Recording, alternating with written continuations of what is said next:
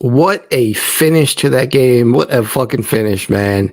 So much to take away. I don't care about the wins. I don't care about the losses in preseason. I just want to see development. I just want to see guys out there, how much they've improved, what they've worked on this summer, and really just interested to see the skill set of some of these young guys. It is good to be home. It's good to be home, man. It is really, really good to be home. Man, roll that intro.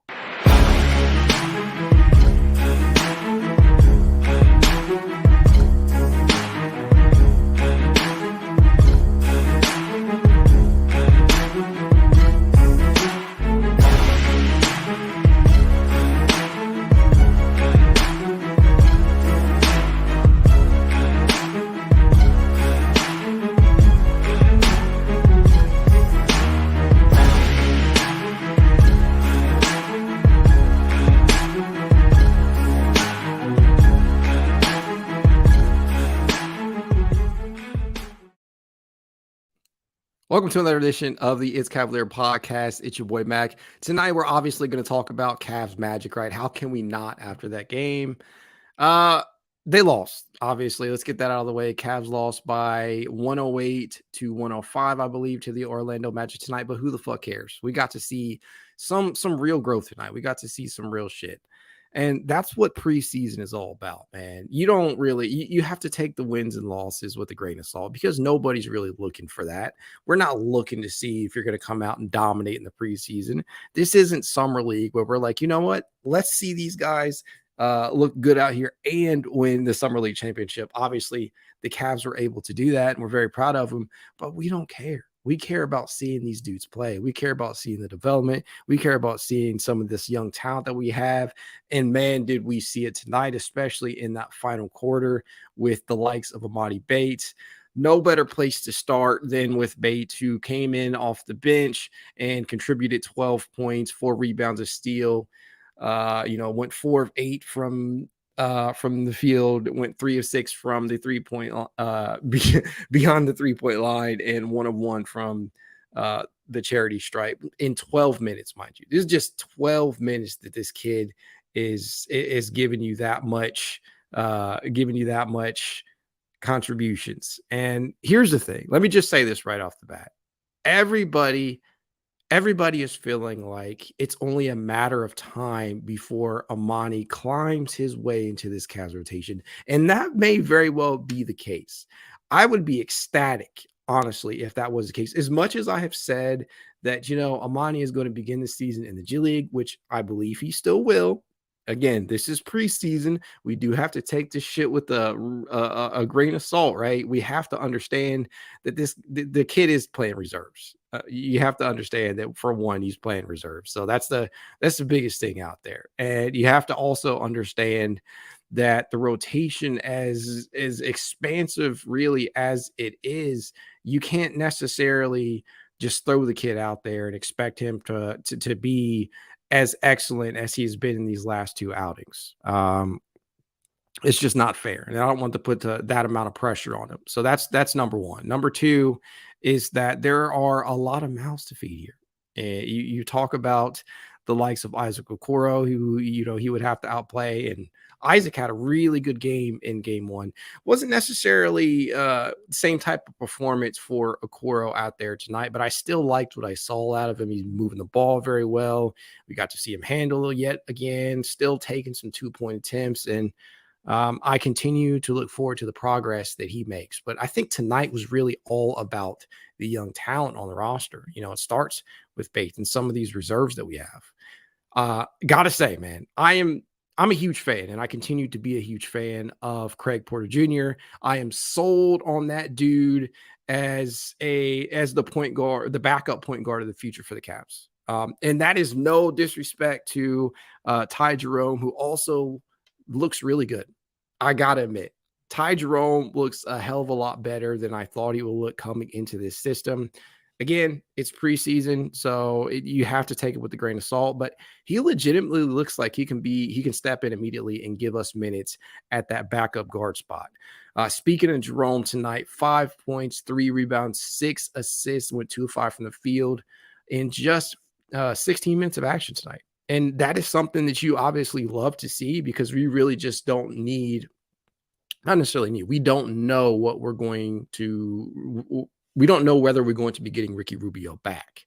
So, um, anything that Ty Jerome can give you off the bench, that's just great. We know the guy can shoot already coming from Golden State. He's had some productive seasons in the past when actually given minutes. It remains to be seen whether or not he'll be included in the day one rotation because as things look right now, you already know what you're kind of working with, right? You have your primary five, which is obviously Darius Garland, Donovan Mitchell, Max Strus is basically penciled in as the starter at the three. You have Evan Mobley, Jarrett Allen. That's your five-man group right there. Karis LeVert is obviously going to be your sixth man. George Niang, we'll get to him in a minute. Awesome game from him again. Um, he is your seventh or eighth guy, and then Isaac Okoro is obviously going to get his run. So there's your eight right there, and that to me right there, that's very solid already because you've one of the biggest things that we needed to address this offseason was the need for somebody who can come in and give us minutes at the backup four position. Because after Kevin Love exited, via the buyout, we really struggled to fill that void. We thought Dean Wade was going to be able to do it last season. That's another guy that we're going to talk about tonight. Looked very, very good. But Dean obviously suffered from the AC joint sprain, and it bothered him up to the playoffs. It basically rendered him unplayable, right? He just didn't look right. And that has obviously not been the case thus far into the preseason. He looks phenomenal out there. He looks fully healthy. So he could factor in there somewhere. But the point is, we needed to go out and address the backup four position, and Georges Niang does that. And not only does he do that, the motherfucker can hit the three ball at a very high clip, like 5 straight seasons of 40+% from beyond the arc. That is something that is going to pay dividends in terms of the spacing here, in terms of getting guys open lanes to the court. Open lanes to the basket, rather, especially when you're talking about second unit players like Isaac Okoro, who is going to thrive with the additional spacing. And I think a lot of people still don't understand that concept. It's not just about the ability to knock down three ball, or rather, it's not just the ability to take those attempts, which we know both he and Strus can do, but it's the threat of that 3-point bomb being dropped on your head. You don't want that, right? So you're going to have to account for him. You're going to have to put somebody out there, and that is going to open the paint up. That's going to make it so that guys will have direct lanes to cut to the basket, whether that's backdoor, whether that's in transition, or if you guys saw the feed that Donovan Mitchell, the Spider had to Darius Garland when he just cut right to the basket, and the defense is just not paying attention. And you'll just see how much that spacing over the course of this season just looks much more improved. And we know Strus is obviously getting all the love in regards to that, but not enough, in my opinion, is being made of how much that Georges Niang addition will improve the spacing of this team. Niang tonight, 6 points in 18 minutes, but 2 of 5 from 3-point range. And just being able to be a consistent threat out there and give you real minutes at that backup four spot, that is valuable as shit. That is very valuable to me. And then again, to go back to Dean Wade, Dean, after suffering through that injury last season, there were a lot of question marks on whether or not he would actually be able to be impactful, coming into the 2023-24 season, because there were just so many more mouths to feed ahead of him. And that could be the case. We could very well face a reality in which Dean Wade is not included in the day one rotation. Is that a bad thing? No, it is not a bad thing at all. It means you have more depth. And that is something that the Cavs absolutely did not have last year. Last offseason, we're celebrating the additions of Robin Lopez and Hal Neto. We're hyped about that. We're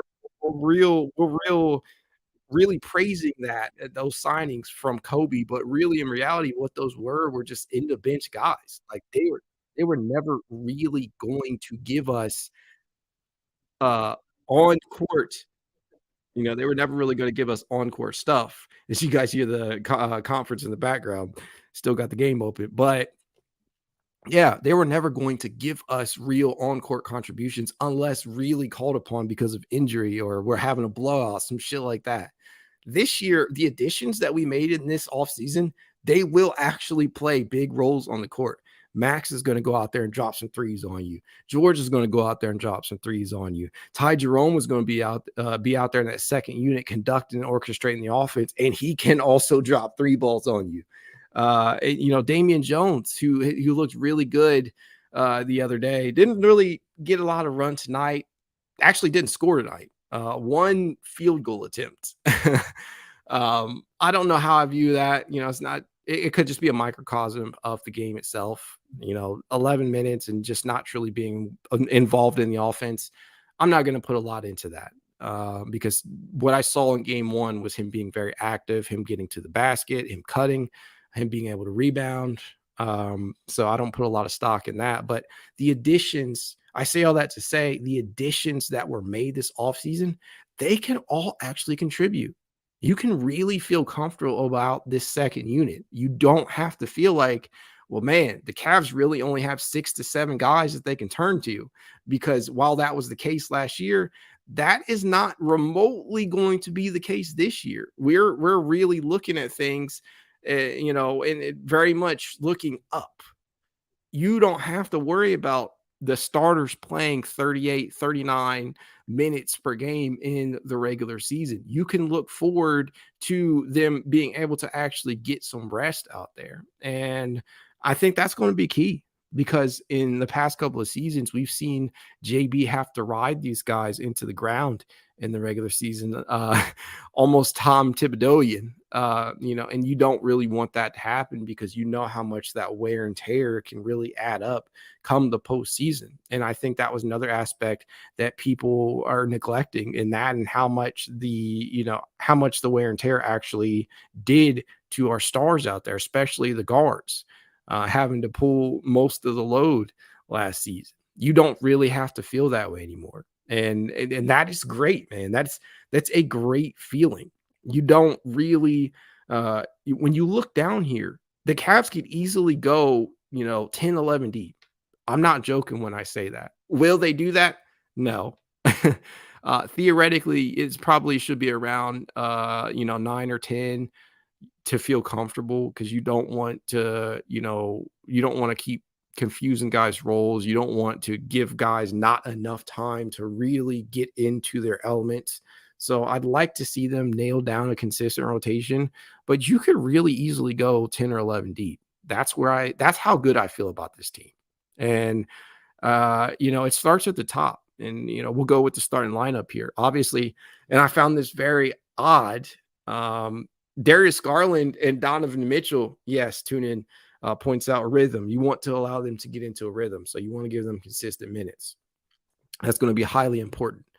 But starting at the top here, Donovan Mitchell, him and Darius Garland kind of flip-flopped their level of play. And, game one, Darius Garland was off, being like, I believe it was 1 of 10 from the field in against Atlanta. Tonight, it was Donovan Mitchell, who was 3 of 14 and 2 of 8 from three-point range against the Orlando Magic. Just his shot just looked off. And just as I said with Darius against the Hawks, I don't really take a lot of stock in that. I think a lot of this is guys really just trying to get acclimated with one another. And there's different looks here. And back-to-back nights, JB has given us a different starting unit.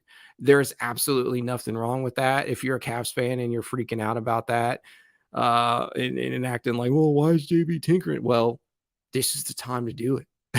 Like, this is the time to experiment with these lineups, especially when you don't have Jarrett Allen. You can really see, like, and against Atlanta, you got to see what playing a small ball lineup with Evan Mobley at the 5 and Max Strus at the 4, how much that opens up the floor. And we already know, like, people have been clamoring for Evan Mobley to play more minutes at the 5. You get to see shit like that in the preseason, especially when you don't have one of your starters available in Jarrett Allen. Tonight was, much the same. Damian Jones got to start tonight, so he was out there alongside Evan Mobley and allowed Mobley to play his more natural position. So you're going to continue to see these odd looking, funky lineups. But I just found it funny that Donovan Mitchell and Darius Garland kind of flip flop their misgivings, their shortcomings rather.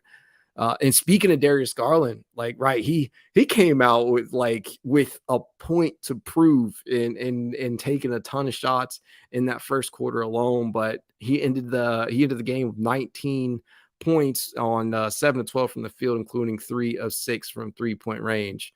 And he really hit shots from all over. He hit them at the basket. He hit them from beyond the arc. He was able to pull up in the mid-range area. You really just love to see that and like to see him get in rhythm. And I'm really hoping that during the regular season, because again, I'm not worried about this in the slightest. We saw it last preseason with Garland, and we saw it at times during the regular season where one of them was on and then one of them was off. You don't want that to be like a recurring thing, but it still doesn't really worry me. I think they'll figure it out. And I think, the good thing about this is now that one of them now when one of them is having an off night, you can turn to somebody else, right? You have more options, you have more versatility, you have added spacing. You can give the ball to Evan Mobley and allow him to kind of attack down low or at the elbow. You can kick it out to Max Strus and let him drop threes on people. There's just a lot of different avenues you can go here. And I feel much better about this season than I did coming into last season. Although I feel very, very good. And I felt very good last year, but I'm at a point right now where you can't tell me nothing, because this Cavs team has just, they look really, really good. The pace was there in Atlanta, or against Atlanta rather, where they, I believe, were over 120 in the first quarter of their pace, and things kind of slowed down in second through third and fourth quarters. But you can see how much the increased pace will impact players, really everybody down the roster. Really, it's going to give guys more shot opportunities. It's going to give guys more opportunities in transition. It'll allow for more cuts. And really, it just plays to certain guys' strengths. Like, we have talked all the live long day about how guys like Okoro will thrive in transition, or thrive with the faster pace rather.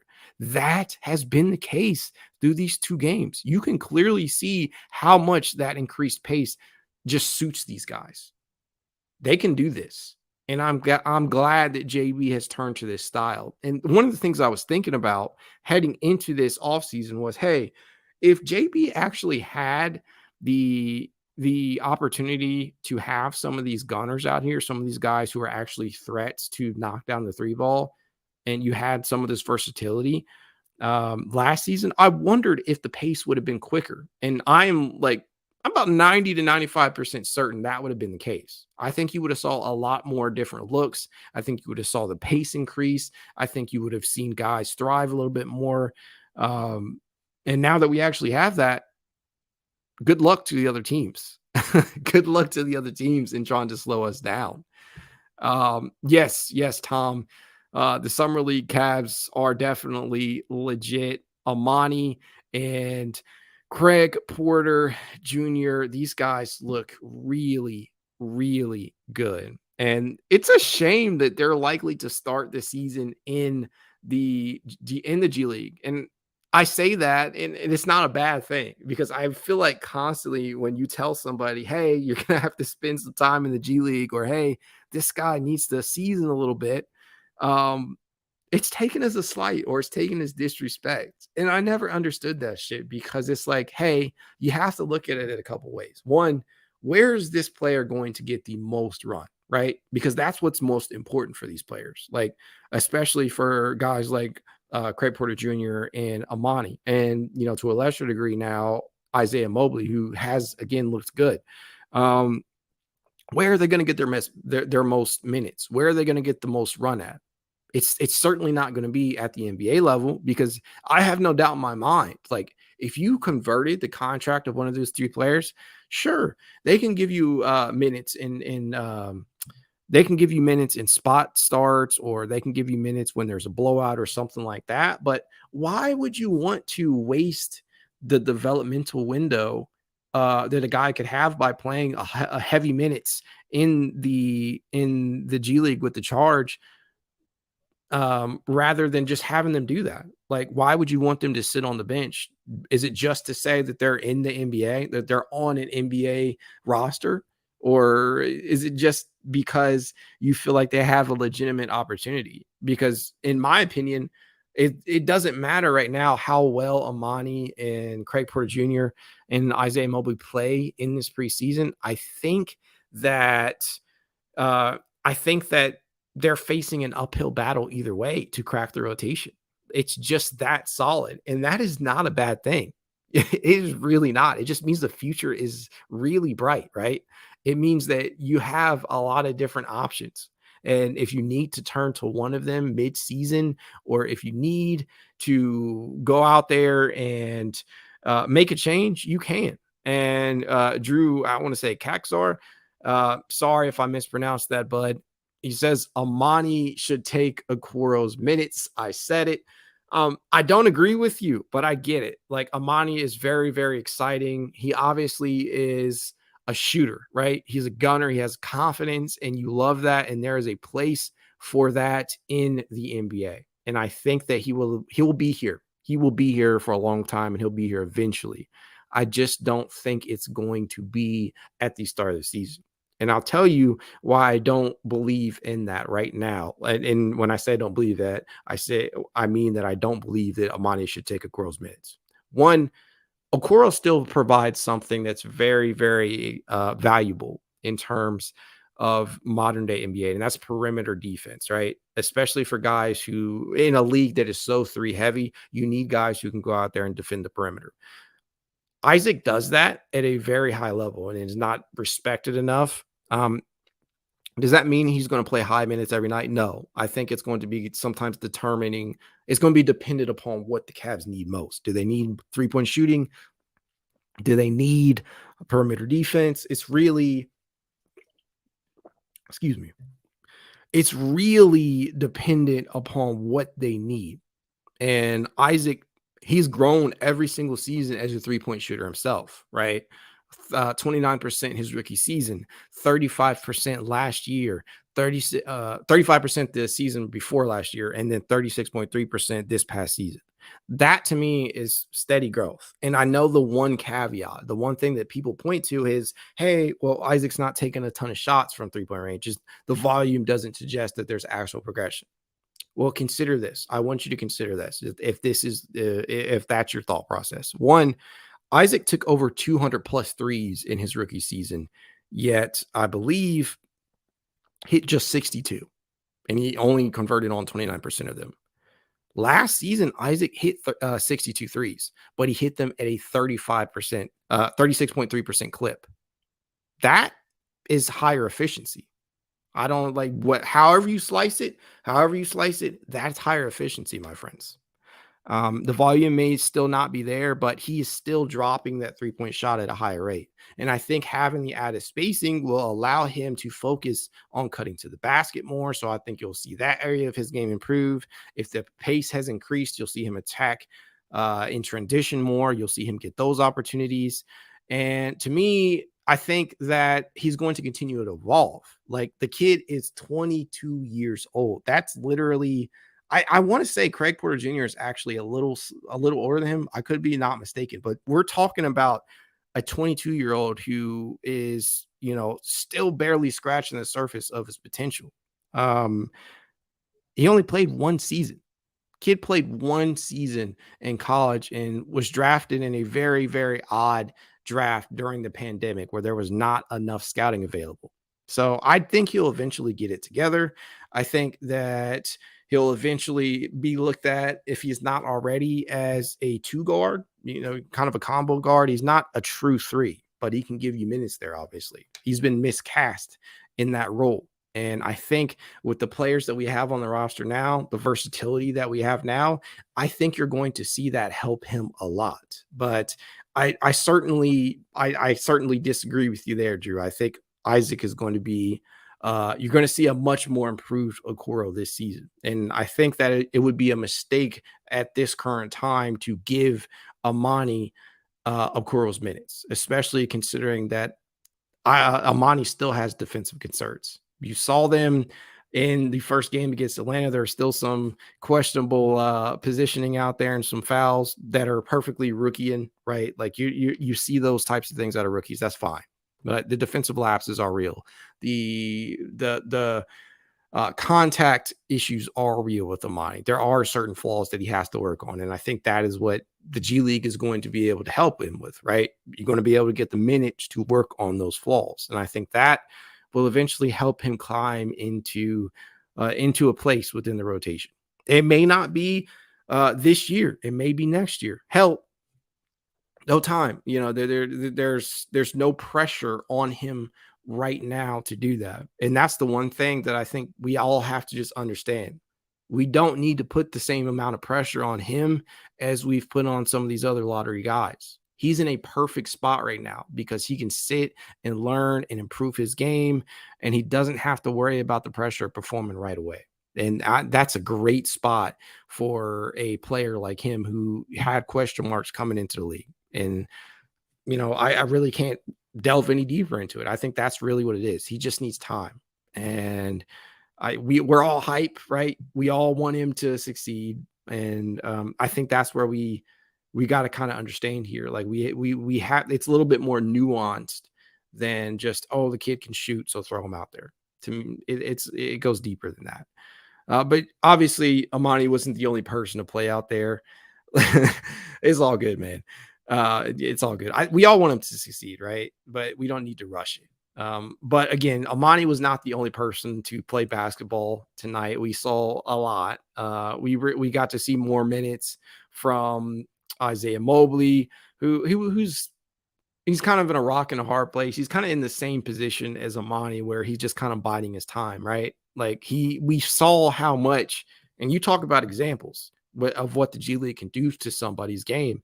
Look no further than Isaiah Mobley, who looks much more improved. You saw how well he conducted the offense. They basically ran a lot of the offense through Isaiah Mobley in Summer League. And that was compliments of the G League playing down in the charge with guys like Sam Merrill and Sharif Cooper. That's a perfect example right there. And I think that's consistently allowed him to improve to the point where if you need to call upon him eventually, you can do it. And that's the beauty of it. You don't have to rush these guys. You have a ton of options. You got a ton of depth now.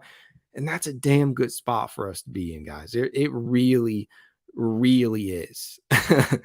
What more can I say, right? It's a good time to be a Caps fan. And I'm more and more excited for the season as the day goes on. We have about 13 days until the regular season starts, and I'm looking forward to going to my fair share of Cavs games this season. I don't know about you guys. I would love to meet some of you at Cavs games. I might have to figure something out here, but it really is a good time to be a Cavs fan. The future is very bright. And I'll say this before I head out of here, and because this has been weighing heavy on my mind lately in regards to all the Donovan Mitchell shit, that we've continuously heard. And I know that he didn't necessarily answer anybody's questions regarding his future with the franchise. I'll say this. Even in the event that Donovan Mitchell doesn't re-sign with the Cavs, and I'll add that I believe he will. I believe that Donovan Mitchell ultimately extends in Cleveland and is going to be here for the long term. But in the event that he does not, and the Cavs have to move off of him or he leaves in free agency, we still got a lot of talent here, man. We'll be fine. we'll be good because in the window was never truly the title contention window does not necessarily rest upon the shoulders of Donovan Mitchell. That's not the window we're looking at. The window we're looking at is players like Evan Mobley and Darius Garland and, these other talents that we have on the roster. And I think that's a good place to leave it. As always, tell you guys, if you'd like to reach out to me, you can at It's Cavalier_pod on Twitter, TikTok, Instagram, YouTube, and more. If you want to be added to the exclusive It's Cavalier Discord chat, you know what to do. Leave a rating, leave a review, drop a screenshot, and email it to itscavalier53@gmail.com, and I'll send you an invite personally. That said, go Cavs and have a good night.